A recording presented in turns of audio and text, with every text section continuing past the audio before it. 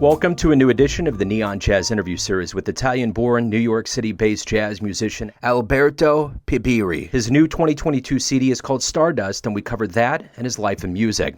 His formative years were between Italy and France, studying classical and jazz. During his studies, he became attracted to the sound of Oscar Peterson, and all roads eventually would lead to New York, and he is doing great work. Enjoy the story. Joe Domino, Neon Jazz Radio. How you doing? Oh, beautiful, beautiful. Nice to meet you, Joe. Thank you so much for having me. Yeah, absolutely. Thank you for taking some time out. I appreciate it. Oh, great. The new album is called Stardust. Talk to me a little bit about the timing of this. I know that, a lot of musicians are releasing material right now. The world's opening up. COVID is thankfully slowing down. What does the timing of this release mean for you? The timing of this release, it's a symbol of, of hope. Actually, I wrote on inside the cover of the CD is like, even in the darkest of times, there is always a stardust of hope and peace. So my message with this album is to give peace and hope, consider everything that happened in the past few years, and as well what's happening right now in Europe with the war in Ukraine, which is scary for everyone. I think music is an international language. It's a common language for all human beings, and hopefully through the music, you can give a message of hope and peace. And my goal is to make people happy and give good energy with jazz. So that's my message for this recording. Ultimately, what were some of the inspirations behind the songs you picked? Well, I grew up listening to Oscar Peterson trio a lot. And when I say a lot, it's really, really, really a lot. So I fall in love with his music. From Oscar Peterson, I discovered Errol Garner, I discovered Count Basie, I discovered Duke Ellington, and go on and go on. I mean, there is so much list of musicians that I've been inspired by. So all this composition comes from a background of listening jazz every day and playing. And then, when I got an idea with a melody, I try to give some arrangement and try to give a mood and a vibes. That's basically how I write music. Where did you grow up in Italy?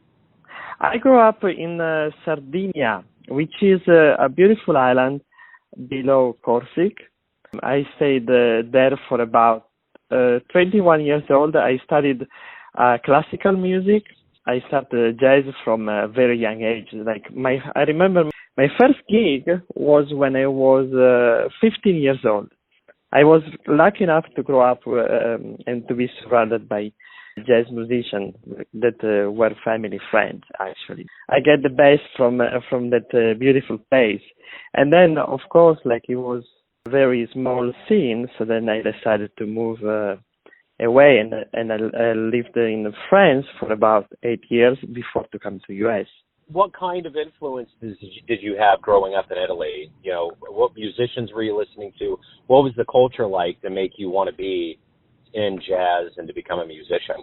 Oh, that's a great question. Actually, when I was in primary school, I had a teacher. It was actually not a music teacher at all. He was a geography teacher, and it turned out he is a wonderful jazz drummer, but on the traditional style, more like New Orleans, Louis Armstrong, and all this music. I've become friends with him, and he introduced me to his musician that he used to play with. So every weekend I used to go and listen their rehearsal, and then I've been taking private lessons with the piano player of the band, and then I started to sit in.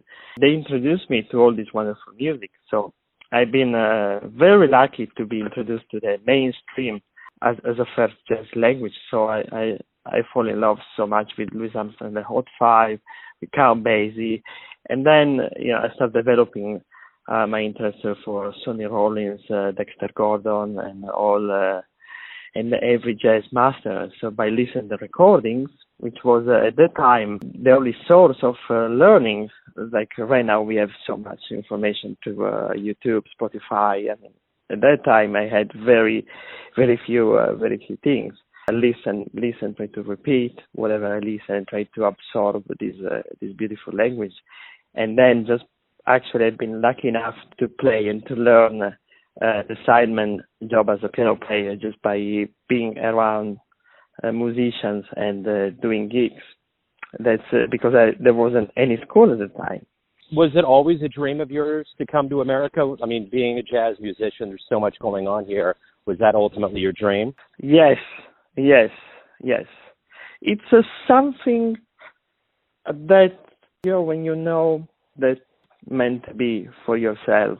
Every kid had some different dreams, but my dream was to be a jazz musician. Not just a jazz musician, but be a jazz musician in New York.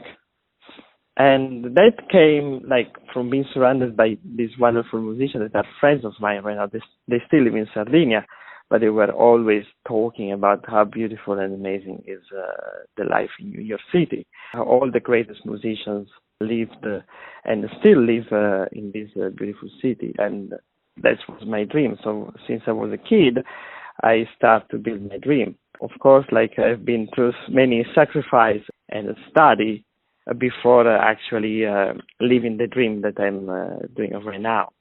But yes, since I was very, very young age, I always had this vision and always went through without worrying too much about the difficulties. What was the first live jazz show that you ever saw that really made you think, wow, that's amazing? That's a good question. You know what, I think between 13 and 14, I was still living in Sardinia. My hometown is called Cagliari. In Cagliari, they have a beautiful theater, lyric theater, mostly for classical music, but now, especially more at this moment, they open up to live jazz. But at that time, when I think I was 14 years old, came into town Michel Petrucciani. I don't know if you heard about it, but Michel Petrucciani is a wonderful jazz musician from France.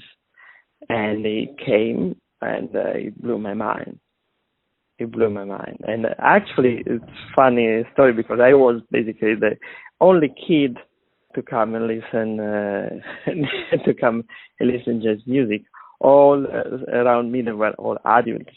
I was really lucky. And when I was a kid, I used all the time to listen my teacher from my primary school that used to play with his traditional jazz band, and my mom used to take me to the club because I was too young to go by myself, And but that was the first jazz live concert I ever heard. After Michel Petrucciani, I listened to Ornette Coleman that he came to play, and that was another amazing concert. Speaking of concerts and being on stages, you went to New York, so I'm curious, what was the venue that you played in New York that really blew your mind and made you think, wow, I made it, I arrived? That's a very interesting question. I personally don't think and don't associate myself to the idea that I've made it or I'm arrived. Because to me, I'm always a student. See, I'm always somebody that wants to learn and wants to get better and better. And once I achieve something, I'm thinking to what's next. To tell you honestly, I don't have a venue that really says to me, okay, this is the greatest things I can achieve. Because I'm always looking forward for what I can do more and what I can do that is more true to my vision and to my music. But if I have to choose one, it's Carnegie Hall. That's the best I've played so far. So when you arrived in New York, how did you kind of work your way into getting gigs and getting there? Was there culture shock that went into getting used to being in New York? Well, at the beginning was a pretty shock as well because to me New York it's a city of extreme, meaning someday can go really amazing and someday can go really bad. It's a city of extremes. For saying that, I passed my first years to go to jam session every single night. Every single night, going to Smalls, Metro. At that time, Fat Cat, Garage. I started meeting all the musicians and tried to know the jazz scene in town. And I was amazed at how welcoming everyone was. I really felt a very strong sense of community. And that was actually what gave me peace and hope that I would be part of this community.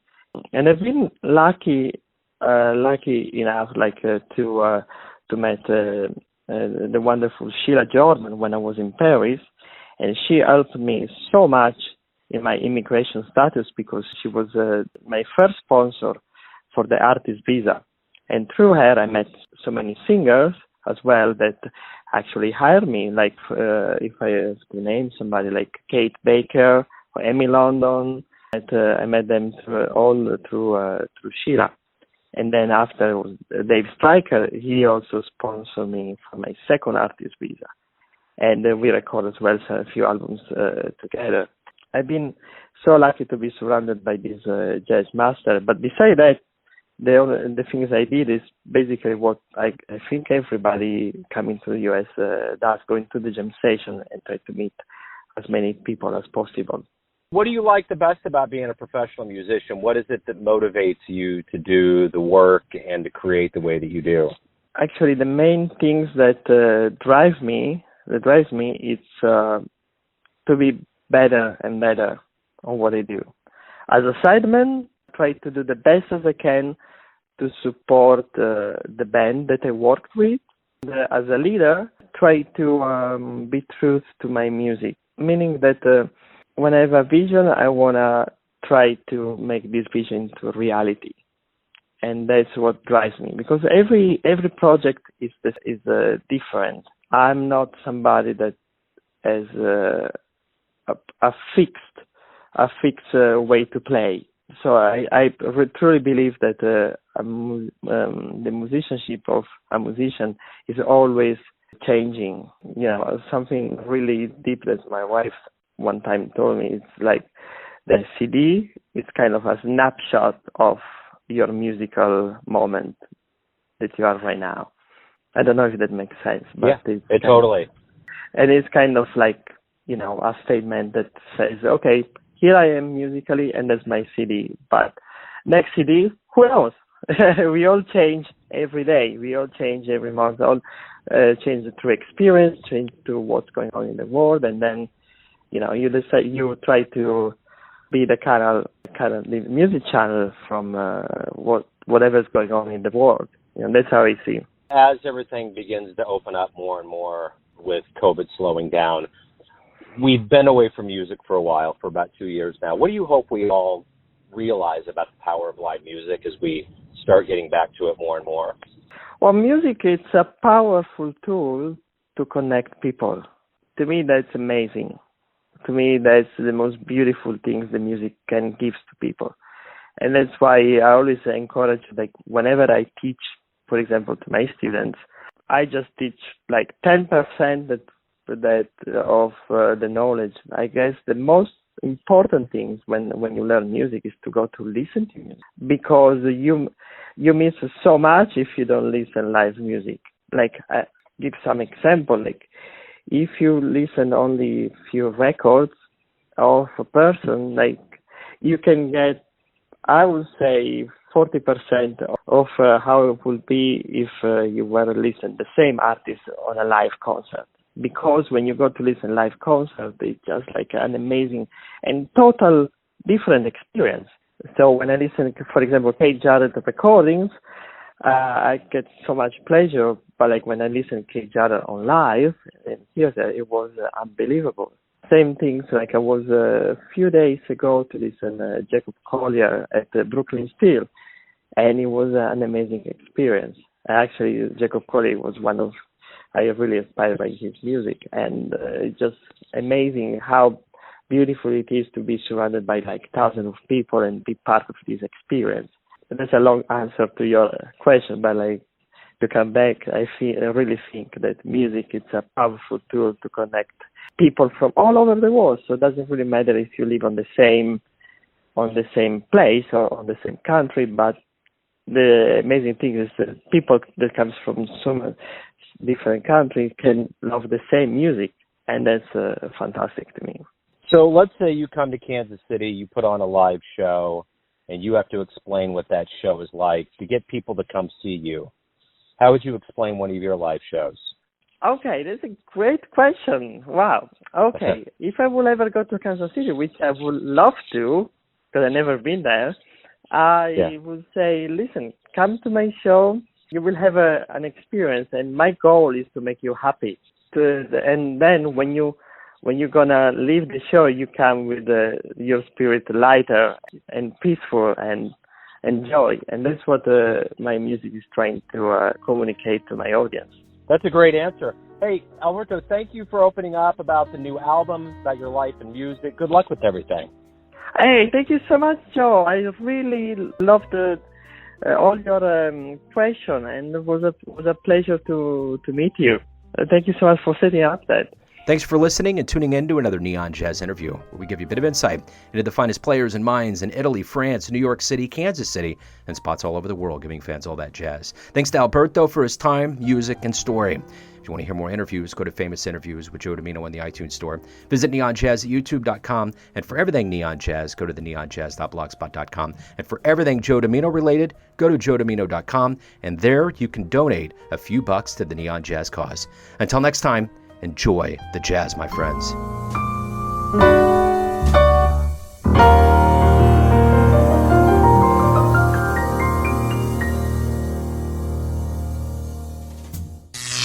Neon Jazz.